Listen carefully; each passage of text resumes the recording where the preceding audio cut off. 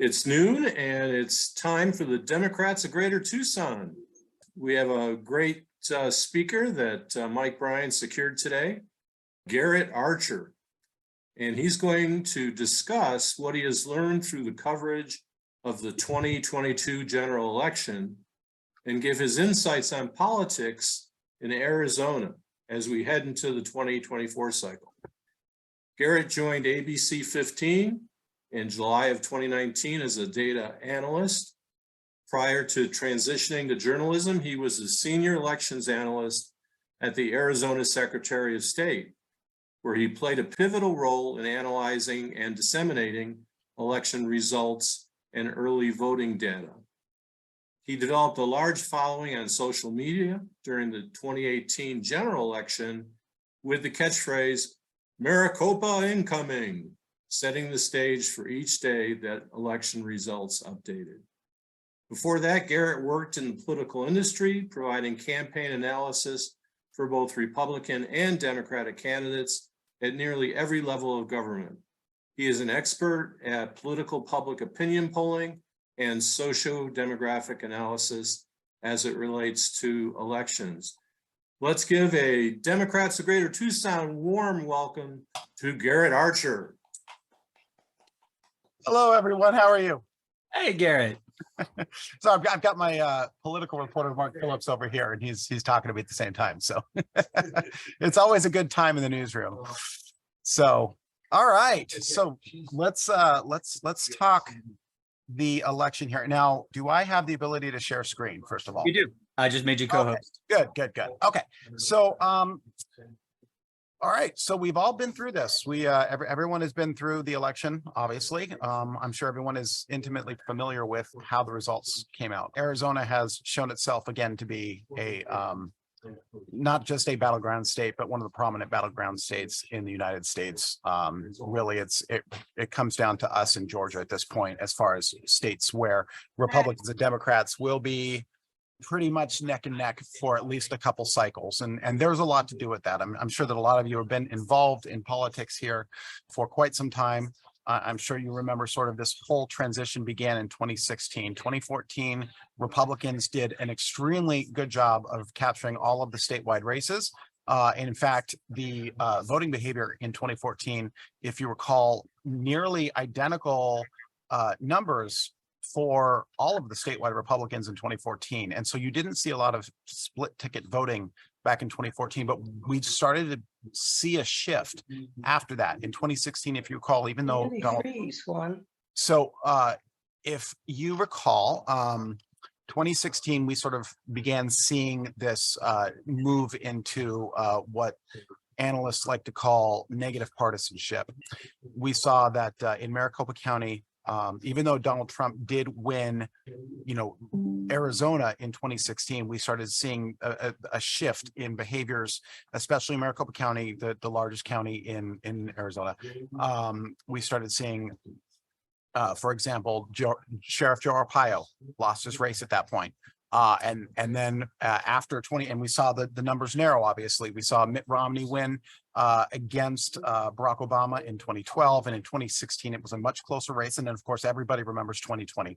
And then, and obviously 2018, the midterm, we have seen this shift for several cycles now. And 2022 was no different. It was just a continuation of the negative partisanship that has happened in Arizona for the last several cycles. So what is negative partisanship? Well, in many ways, negative partisanship is a situation in which behaviors of voters sort of tend to be immovable.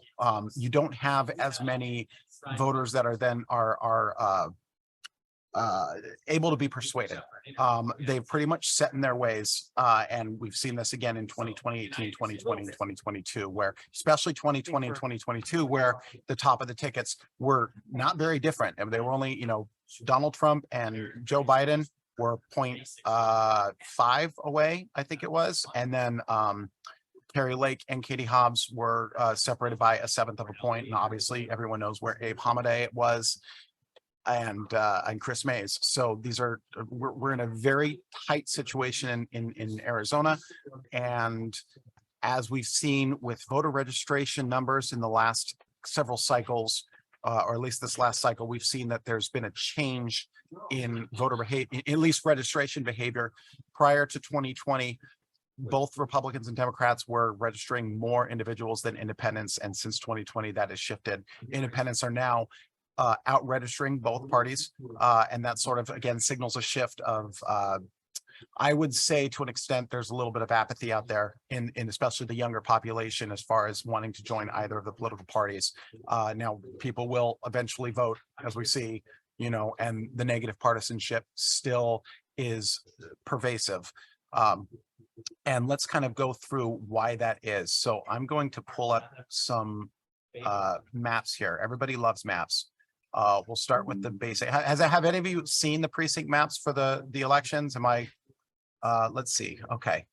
Now I'm going to show you some maps. The colors are going to be a little off because I only use this for my internal election. So like, for example, I've got a Kerry Lake and Katie Hobbs map, but the colors are reversed. So I apologize for that, but it's just the way it has to be because I didn't have time to go through and fix the coding on this. Can everyone see this map? Yep. Okay. Good. Okay.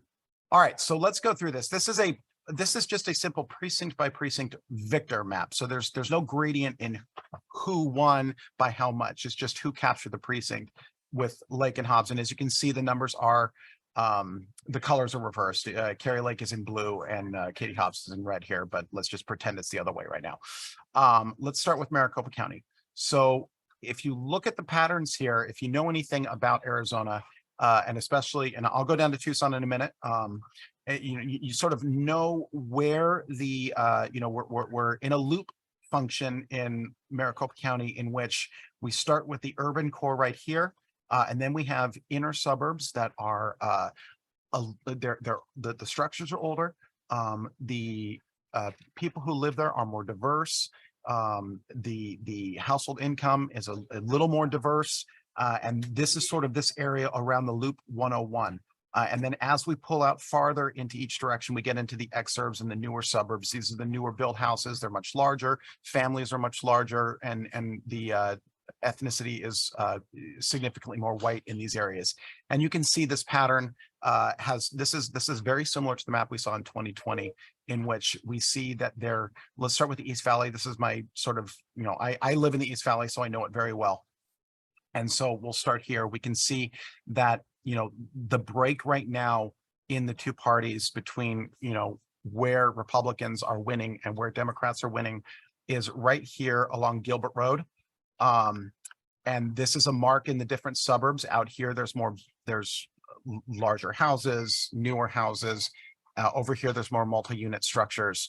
And actually, it's interesting. You can see in areas of Gilbert where there's new multi-unit housing, and more sort of a diversification of the type of people that are moving into an area, you start to see little islands that are starting to produce here. And so this is sort of this, this break in the suburbs, and really when it comes to Arizona, it really is all about the suburbs and how the suburbs are voting. And this is something that is again pervasive across the country. We see this in nearly every jurisdiction. Eric, can I interject a quick question here? Yes, of course. Do you see any relationship between the new light rail transit systems and voter preferences? That's actually a great question. So what I would say to that, and sticking with my East Valley here, you have this East Main Street, this is where the new rail line goes, and it's going up to Greenfield at this point, where Democrats are doing well. And this is all new rail line right here. And so, while I can't say that it's a decisive factor, it does appear that some of the transit is, now that the transit is going to Gilbert, we're starting to see sort of numbers move a little bit, or Democrats moving a little bit farther to the east in the East Valley. And so, and that's actually something that might be worth looking at over time. That's something that I would have to do. It's a more longer term project, but just at face value, it does look like it's something to observe. Let's look at the very wealthy area as well as of Maricopa County, and then we'll go down to Tucson here. This bulge of Republicanism has been in existence in Maricopa County for quite some time. This is the Paradise Valley area. You can see Arcadia right here, extremely wealthy houses here, all the way up to Scottsdale. This right here is a stronghold of Republican suburbs, but you can see Democrats are starting to sort of close in on this area. And again, since Trump was elected, we started seeing this. We've seen a shift in voting behavior of wealthier suburbs also shifting towards the Democrats. And we're seeing this too. We're seeing Arcadia right here. In some little small areas of Scottsdale. The Democrats are now moving all the way up almost to the Shea corridor. In 2020, this line would have been probably, this is Chaparral or Indian Bend. It would have probably ended around Indian Bend. And so we're just seeing more movement on Democrats into the wealthier suburbs. Now, moving on to Tucson, let's see what it looks like here. I'm sure that, obviously you know Tucson much better than I, and I assume that this is something that you're familiar with. When I look at Tucson, and please correct me if I'm wrong, typically I look at the Republican suburbs. I know Tucson doesn't have the same behaviors as Maricopa County, but at least the ones that are a little more right-leaning, as this foothills area right here is typically where, if you do see precincts moving into sort of shifting to supporting Republicans, it's usually around this area. And this area has been, for the last 2 cycles, solidly Democratic as far as the people who are winning the precincts. You're seeing numbers move all the way up into, closer into Oro Valley as well. And so again, what we're seeing is that while Republicans are doing slightly better in some of these Hispanic areas, we'll look down here, we can see that the Republicans are doing slightly better in like very Hispanic areas of Arizona. It's not enough to offset the performance that Democrats are getting in suburban, wealthier suburbs right now.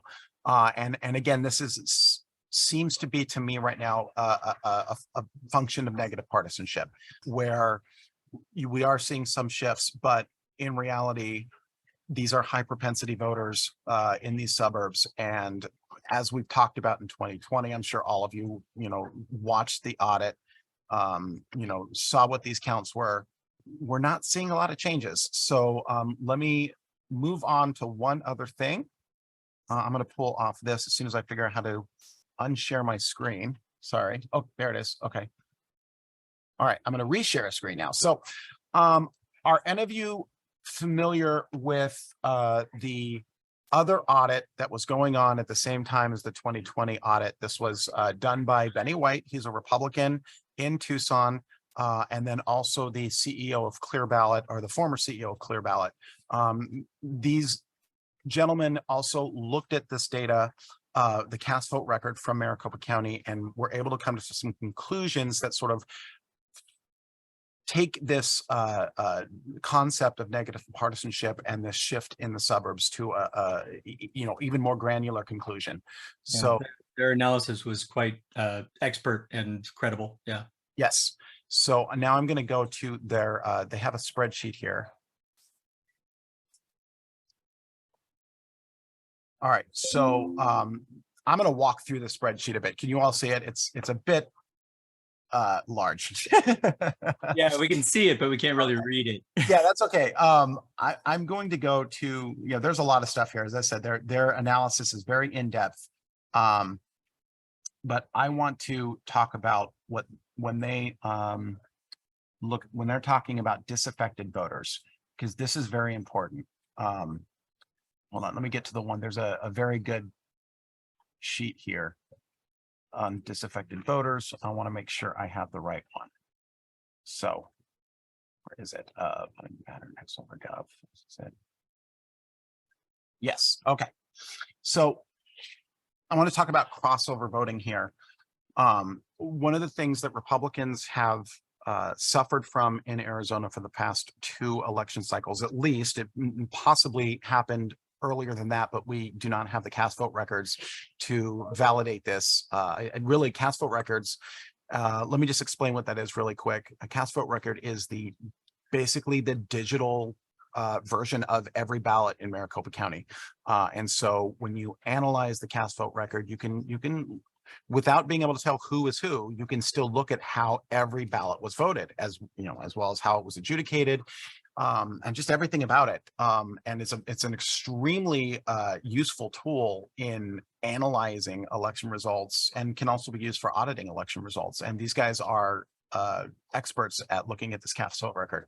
One of the things that they've focused on in Maricopa County, and that's where they have the data from, is what's called the disaffected voter. So this is a situation in which you have individuals that, as you can see on this sheet here, there are on average 15 partisan races in on a given ballot in Maricopa County. And so what you saw was that what they did is they looked at how those ballots were done, and how many people voted all 15 for the partisan as a Republican, how many voted all 12. Here's Democrats on this side. We'll go to that one as well. How many voted all 12, but then left the top of the ticket blank, or at least the governor's race blank.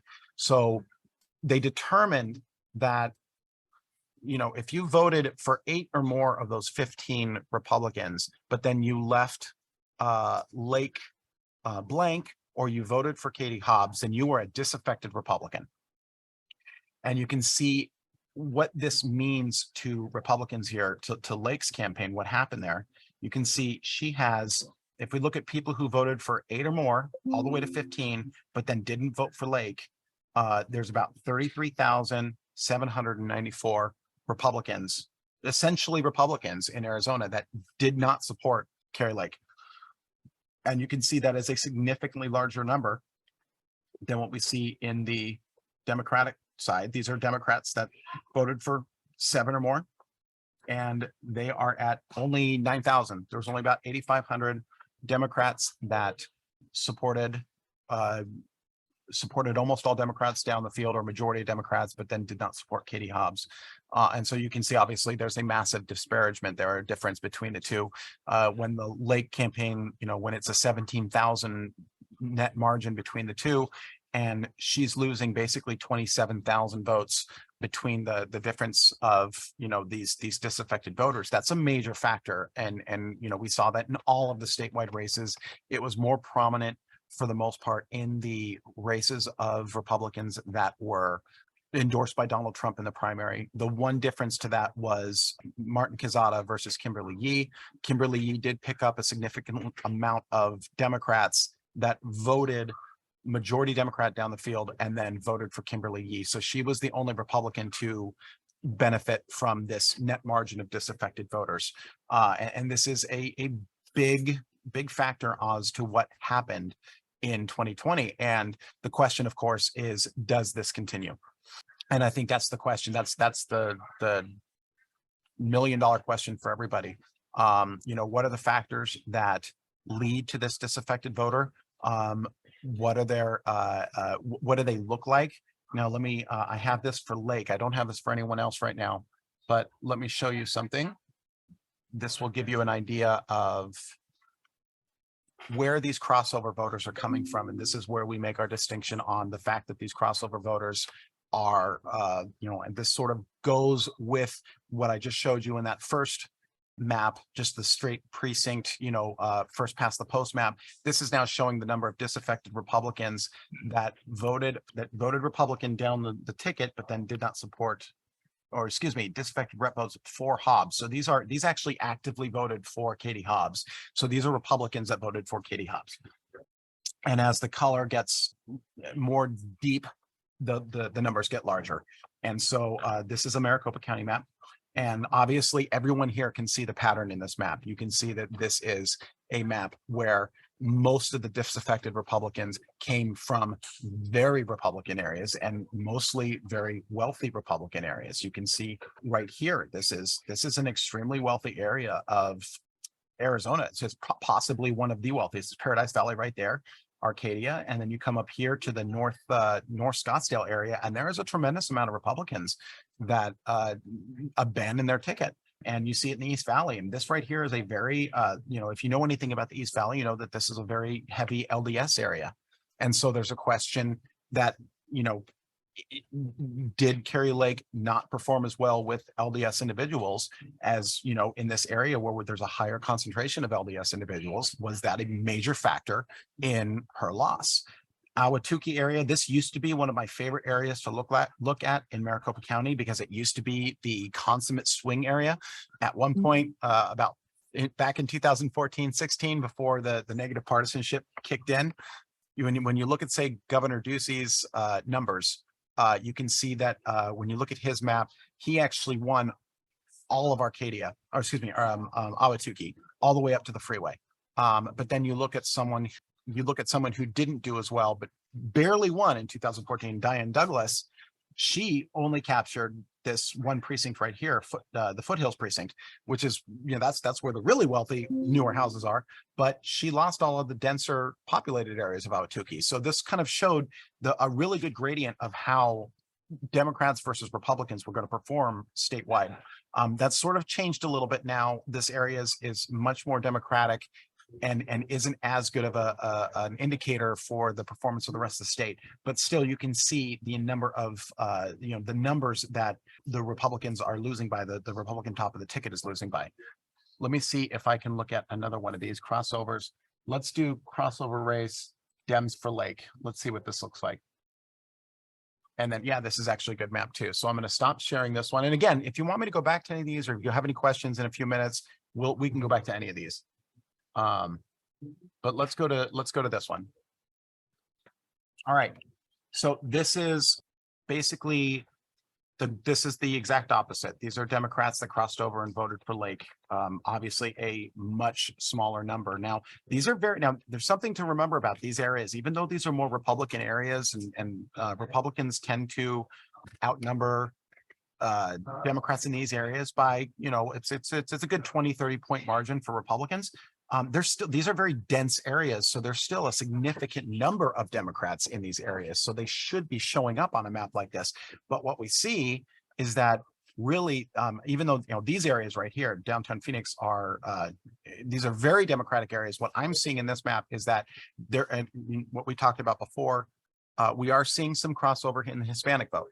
Because these are also very Hispanic areas of Maricopa County. And so we're seeing Tullison, we're seeing this area of Avondale right by the freeway. We're seeing crossover of Democrats moving to Lake at the top of the ticket. So there is some weakness here for Democrats on the Hispanic vote. These areas of Mesa right here, if there is a Hispanic area of the East Valley, this is it right here. And then obviously these lines right here, these are not Hispanic areas. This is a retirement community.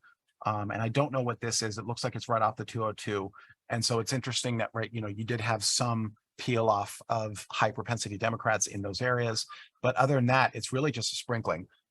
Democrats were much more unified in Maricopa County in their support for Katie Hobbs than the Republicans were. And you know, I think if I had to put on my political hat for a moment, I do believe that this might have been a strategy of the Hobbs campaign. In fact, you know, they didn't debate Carrie Lake. I think they sort of knew that this number was out here simply because, or that disparity was out here simply because of what they saw with the Biden and Trump race in 2020. And so they just sort of let it play out. And they were very fortunate in the fact that it did play out that way. So I can take a few questions and then I can go through some other things, but let's just stop for some questions. Garrett, do you have this same map for down in CD6 here in Southern Arizona? You know, I do not. And the reason I don't is, and this is something you guys might be able to help with as non-media members too.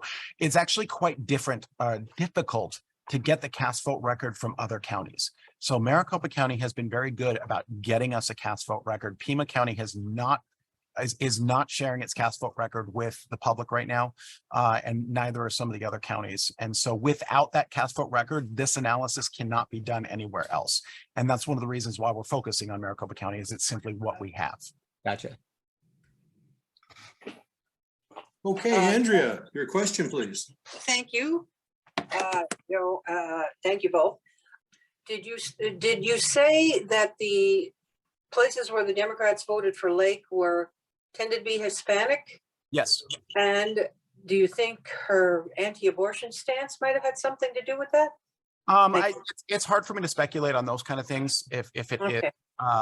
you know, I Okay. know that there's a general sort of, I guess, political rule of thumb in which, you know, there's this general idea that Hispanics are more social on average socially conservative than sort of the remainder of the Democratic Party. But again, that's just a political rule of thumb and it can't be ascertained through the data. So it's one of those things where, you know, you might hear a pundit say that, but it's really hard to say. It really is. Okay, I'm a Okay. pundit. Thank you. Okay. George Beverly, you have a question. You want to unmute yourself? Yes, thank you for taking my question. Awesome presentation. So I'm in LD 23, which puts me in that Maricopa County area, but I'm towards the bottom. So I've been, from my understanding, they're not really concerned about working with me down here. So my question is, how do we as Democrats get more people to vote? One, and two, where do we need to start working and getting people to vote? So I'm gonna, you know, I am a reporter, so I got to keep things very straight laced. I can't really give any recommendations as to, you know, how, you know, where you should go to vote or where to recommend people to vote. Or to get people to vote. So, but what I can tell, I'm looking for, I apologize, I do not have the districts memorized yet. So let me look at the legislative district. Only you would apologize for that. It's funny, it took me a couple of years to get the other map memorized, and I'm trying harder to do it quicker this time. And then when you say LD 23, I'm assuming you're talking about the new redistricted LDs, right? Yes, sir. I'm new to Arizona as well, so we're part of Pima County, we're part of Pinal County and Yuma County. And Okay. Oh, there it is. Okay, yep, LD 23. So that actually is a this is a pretty. These lines haven't changed very much in the last couple of years. This is like kind of what we refer to as the Grijalva base district. It's been the same. This district that follows the 8 and swings up to Yuma here. You know, what I would say if I had to make a characterization on this district, I would say, you know, there's going to be tremendous growth. This is a difficult district to deal with for any party because there will be tremendous growth in the Avondale area. That has to be considered, but you also have that Yuma component. And so, you know, either Republicans or Democrats have to look at a district like this and sort of figure out, do they want to go for the, you know, is the shift in the Hispanics something that is needs to be either shored up or exploitable, or is it more important to look at that area of, you know, where it's drawing population from Avondale, which is going to be, you know, significantly more. I mean, that's the 303. That's a very brand new area of Arizona. And so, you know, what's more important, exploiting I say exploiting, my apologies. It's an interesting word. You know, I do come from a political operative background. So do you want to exploit the suburban areas and sort of the advantages that are there, or do you shore up the Hispanic areas of Yuma? So that's sort of, that's the choice you have to make in an LD like that. Well, great. Steve Early has a question for you. Thanks, Garrett. Did you do any analysis on the Secretary of Education and how did we end up with Tom Warren? Let's see if we got there. Now, as far as yeah, let me do this here. Thankfully, I have this lovely map I can change at a whim. So let me go back to this map.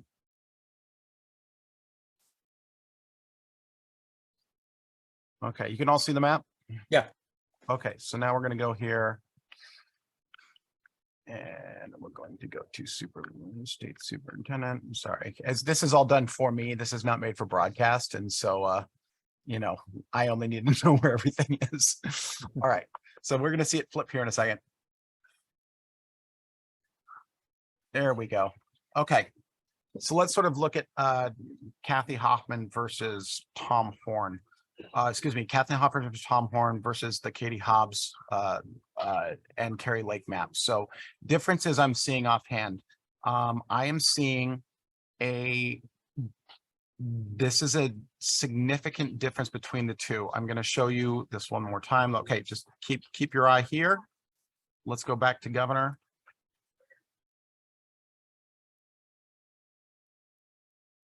Okay, the map will flip here in a second. Oh, yeah. Okay, you notice that the precincts, these are very dense areas of Scottsdale, newer families, or not families at all, people who are in the age of 35 and up that don't have a family, and they tend to settle here, tech workers, and you can see that Katie Hobbs captured these precincts, whereas Tom Horn did not get every single one of these precincts. And when you're talking about these margins, these small margins, obviously, any sort of difference in all right, you know what, let's see if there's a difference in Tucson. I doubt there is, but we'll check here. Let's focus on this. Yeah, it looks like we should probably focus on this area. Let's change the map up.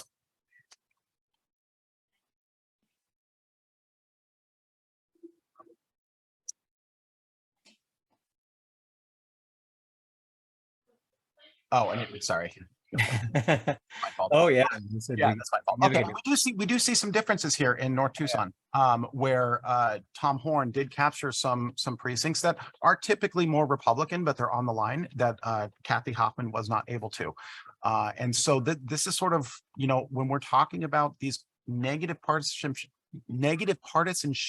situation in Arizona, these small changes on these margins, these areas of the Loop 101, these you can see right here, you know, Tom Horn is capturing some areas up here that Katie Hobbs took. There are these tiny little changes here and there that need to be considered for either party. You know, our races are one on the margin right now, and that to me is the most obvious thing. A couple questions in the chat. One person wonders if this spreadsheet is available to the public, whether that's yes, that spreadsheet is available. If you go to real-audits.org, that spreadsheet is fully downloadable, as well as the maps that I'm pulling up are all downloadable. Real, and then the real-audits.org. Here, I'll just show you what it looks like. We'll just keep sharing screens like crazy. All right. Hi, the audit guys. There we are. Yeah, it's Benny. So he's got a Word document in there that explains the spreadsheet. He's got that Excel worksheet, the massive workbook that I showed you, and then the series of maps that shows. Let's see if they have. Okay, they do have. They're really looking and focusing on Hamadeh, AG, Secretary of State, and governor's race. So, like for example, if we do. This one's going to be interesting. Let's see. Can you still see it? Yeah. Okay. Obviously, you know, the situation with Fincham and Fontes, even with the number of disaffected voters that Fincham had that went to Republicans that went to Adrian, it was not enough.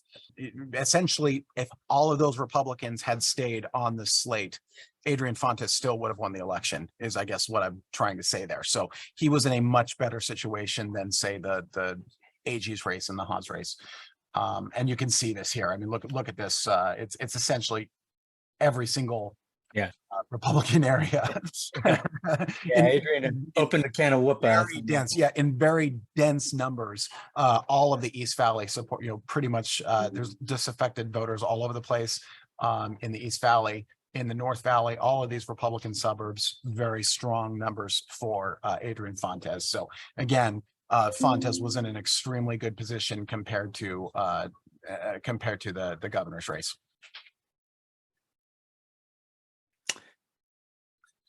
Okay, we've got another question from Rod Norrish. Rod, unmute yourself and go ahead. Yes, I'm wondering what you can tell us about the U.S. Senator's race. And if you can give any idea what the projections might be in the next US Senate boy. race. The US Senate race in 2024 is going to be so interesting. I think if anybody tells you they know what's going to happen in that race, they're lying. We don't have a lot of history of a actual legitimate three-way election pretty much anywhere in the country, where every election in the United States is essentially a two-way between Republicans and Democrats. And when there is a three-way and the third person wins, it's typically like in a situation in Alaska where Murakowski has such tremendous name ID that she was able to basically win as a write-in candidate. But not as an independent, just as a write-in candidate. But again, the situations of seeing, tier one candidates for both for Republicans, Democrats, and independents. I have no idea what's going to happen. Let's look at really quick. Let's look at that race really quick. Just because.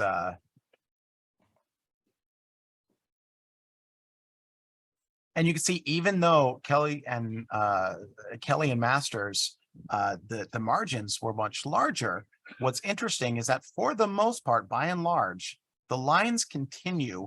And this is what I'm talking about with the East Valley. You can see this is a very hard and fast line. Precincts rarely go beyond East Gilbert. Democrats rarely are able to capture precincts past East Gilbert. You are seeing Kelly taking, this is very rare, taking a Democrat taking precincts down here by Wrecker Road, over here, all of this area. This is all brand new construction.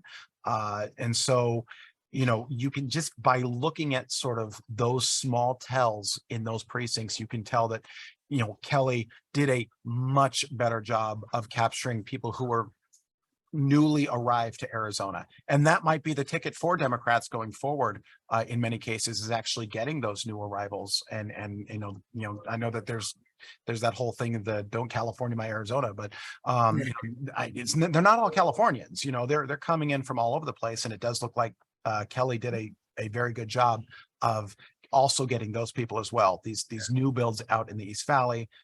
Even look at this. There's Democratic precincts all the way out into almost the 303. Yeah. And this is another hard and fast line. I don't talk about the West Valley that often, but there's a hard and fast line. Which one is it? It's Dysart. Dysart is typically the line in the West Valley where Democrats do not cross. And they start losing precincts up here, not down here in the 101. They do a little better down here, or excuse me, the 10 freeway, but up here north, you don't see a lot of precincts, but you obviously Kelly being, these are all strongly armed services precincts because they're right next to Luke Air Force Base. And Kelly took, several precincts down here, west of Dysart. So again, did very well with that group of individuals that typically votes more Republican. Let's see how Hobbs did in that area as well. Do you have that disaffection map for the U.S. Senate race that you were showing for? Yeah, let me see if I have that.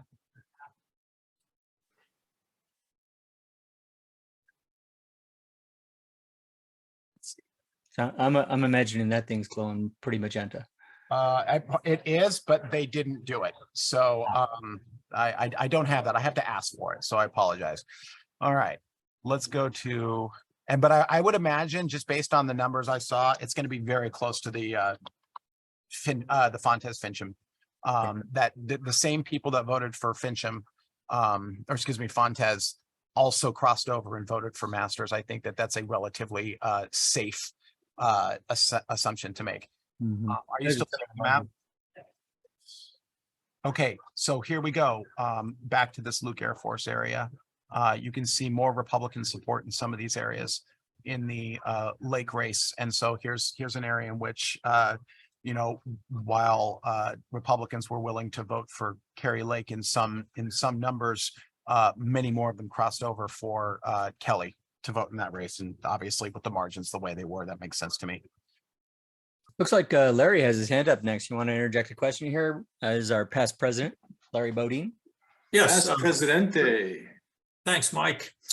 A question for you, Garrett, and that is, do you really think Kirsten Sinema is going to run for office? She has no appeal to the Democratic Party. In fact, when Stephen Gallego announced, people abandoned the state party meeting and went to the Gallego announcement, and they're all waving bumper stickers and signs for Gallego. Also, Sinema has no appeal to Republicans either. And don't you think she's going to end up on like the yacht of some hedge fund owner, in a bikini, drinking some kind of fancy drink? So this is what I would say to that. When Ruben announced last week, and again, I'm putting on my sort of political hat here, but also as a reporter, when Ruben announced last week and he did that video, within a couple hours, Kirsten Sinema had released her own video. And while I can't obviously, forecast that means that she is going to be running, to me, the fact that she released a video on the same day that Ruben did indicates that, when she made her decision to switch to independent, it was not simply, there's a good chance that that wasn't just to go out into the sunset. I would have expected if that was the case, why release a video? And so this is not unfortunately, if I could guess, I would be doing something else and making so much more money if I was right. But I would say that based on sort of that small tell for me, that it looks like she's at least exploring this, and that there is some tactical maneuvering on her part to become an independent. Now, is she, her popularity with Republicans is not great, but it's also not bad. Which is interesting, because I know she's more popular with Republicans than she is with Democrats. That's what the most recent polling suggests. Yeah. And so, but are any Republicans actually going to support her over another Republican? That is the question. Well, it's hard to tell. If I look at the last 2 years and we talk about those, if the Republicans nominate a candidate that is in the sort of the Trump sphere, or at least the that sort of part of the party, then obviously there's 70,000 Republicans that are willing to cross over, because that's what we saw in 2020. She's got 70,000 Republicans that now have an option of either supporting a Democrat or an independent. And I would assume that most of those 70,000 would go for an independent over a Democrat. Yeah. Now the Democratic number, that's a whole nother enchilada as far as, are you going to, first of all, there's not as many disaffected Democrats as Republicans. And so, how many of those does an independent Sinema run cause a higher number of disaffected Democrats in that race? That's something that we're going to have to watch, the credible polling agencies and what they say in that race. And that's going to be a very important part of sort of the how the narrative of that campaign is going to be crafted, is looking at what the polling does. And speaking of credible polling, that's a segue with what I was going to talk about. Also, we did see some instances in which, now that we know what happened in 2022, that, there was polling all across the country that seemed to pad the numbers of Republicans. I think that, as someone who has done polling before, responsible pollsters are noticing that, and they're usually going to retool and figure out what's going on. I think a lot of pollsters in the last 2 years have been looking for this silent Trump voter. And I think they've possibly come to the conclusion finally that there is no such thing as the silent Trump voter any longer, and that they need to start looking for the silent non-Trump voter. And that's going to be interesting with Sinema too. Is there going to be a component of a Democrat that is a silent Sinema supporter? And we don't know. And that's just something to consider going to 2024. When we look at this polling, are there going to be Democrats that are going to tell a pollster, oh, I'm 100% Gallego, but quietly voting for Sinema because of just whatever reasons? The silent Trump voter was a factor in 2016. There's no question. And then it sort of dissipated. So does Sinema create a situation in which there's a silent Sinema voter? Again, I don't know, but that's something to consider going forward. And I don't know if it's as shameful to support cinema as it was to support Trump. He's definitely he's a character. I mean, he's Trump, he's Trump. So I guess that's the really only way to put it. Garrett, I've got a question for you. We've had some other analysts come, and a lot of us are thinking that some of the statewide candidates lost, not because of good, bad candidate, but because they accepted the Clean Election Commission funding. Want to weigh in on that? Which candidate are you referring to? We're talking about our superintendent of instruction. We're talking about the Arizona Corporate Commission. Hubie and Kennedy and Sure.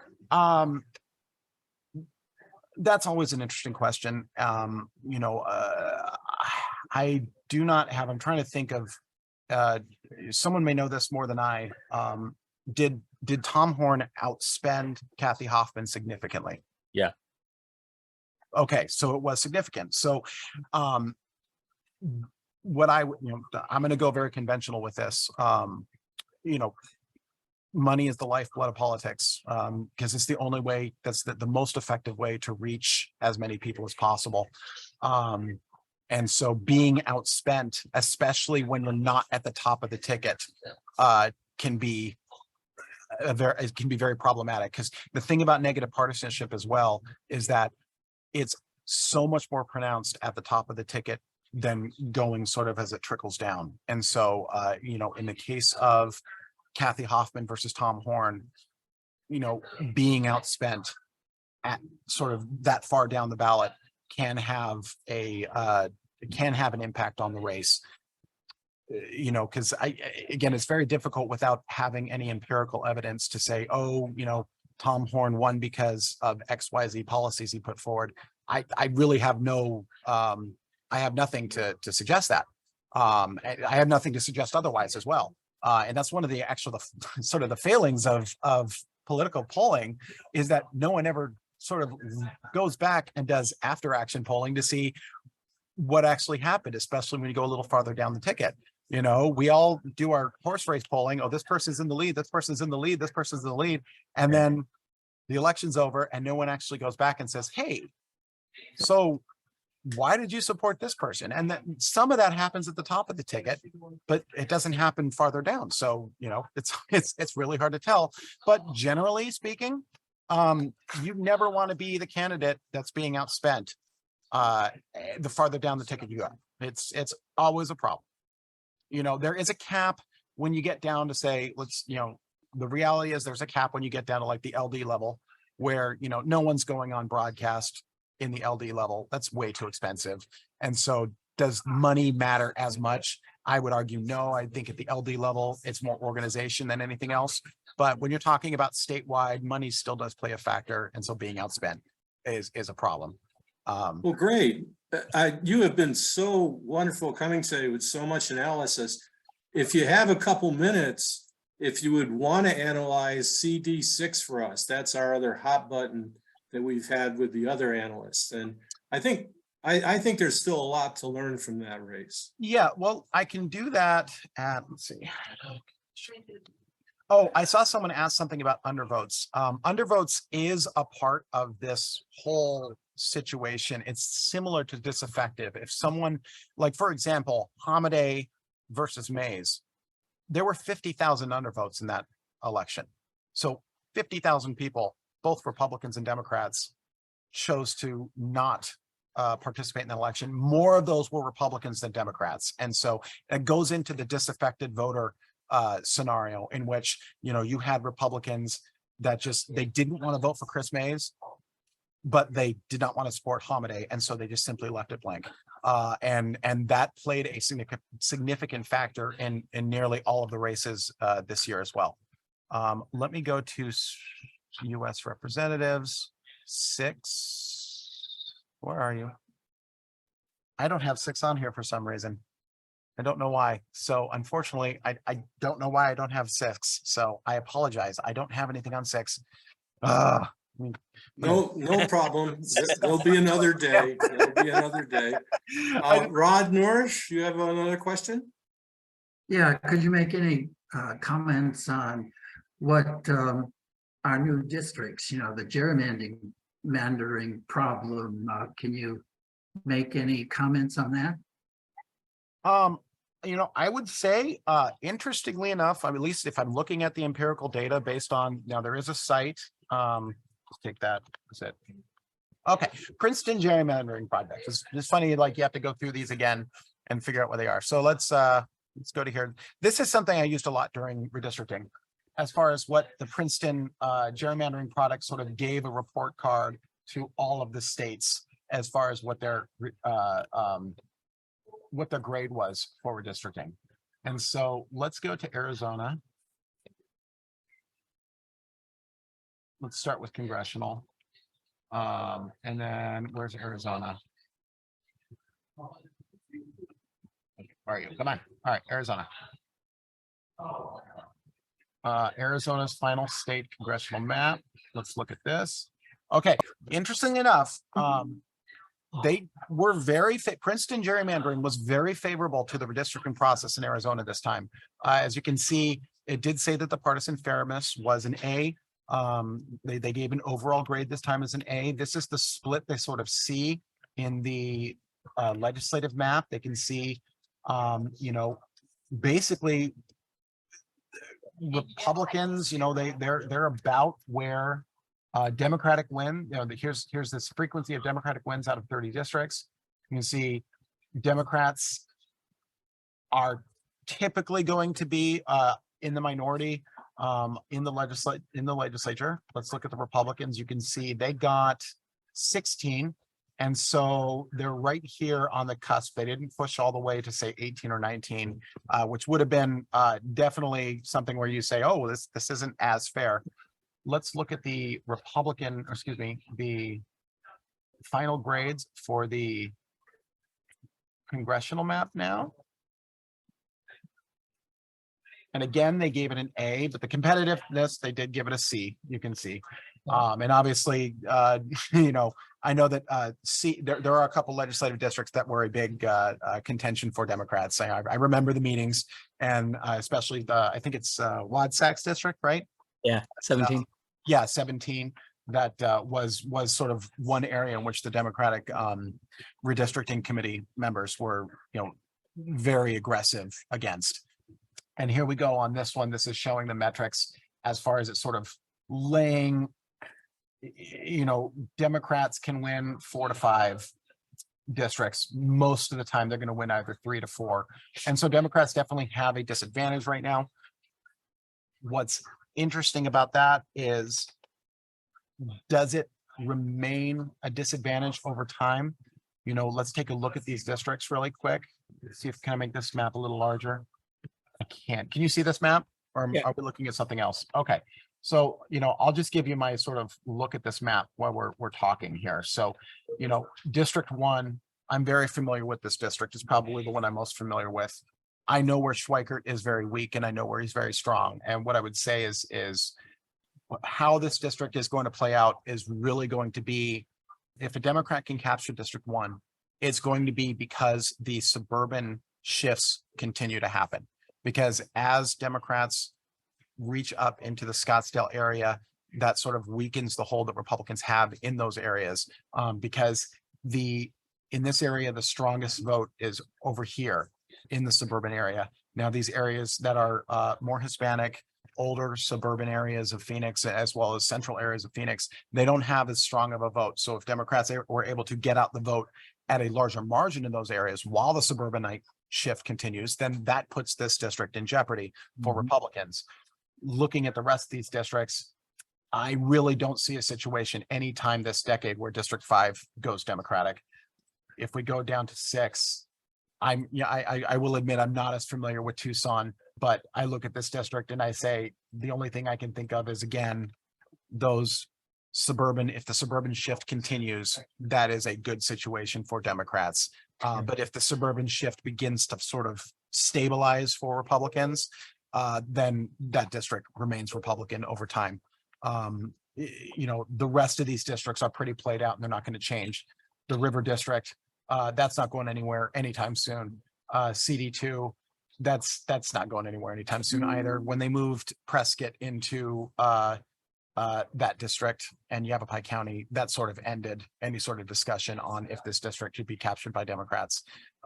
That's just sort of the reality of the situation. So that's the playing field that exists.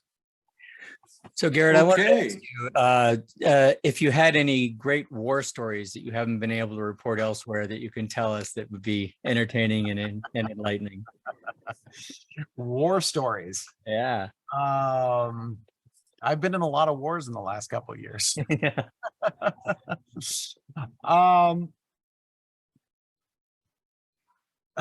Man. Define war stories for me. You know, the kind of things that happen behind the scenes during a campaign that you don't really necessarily report on. Yeah. Okay.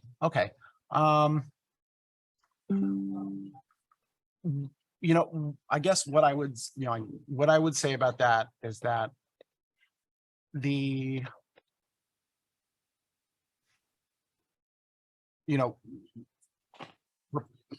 Arizona is and remains a Republican state with a registration advantage for Republicans.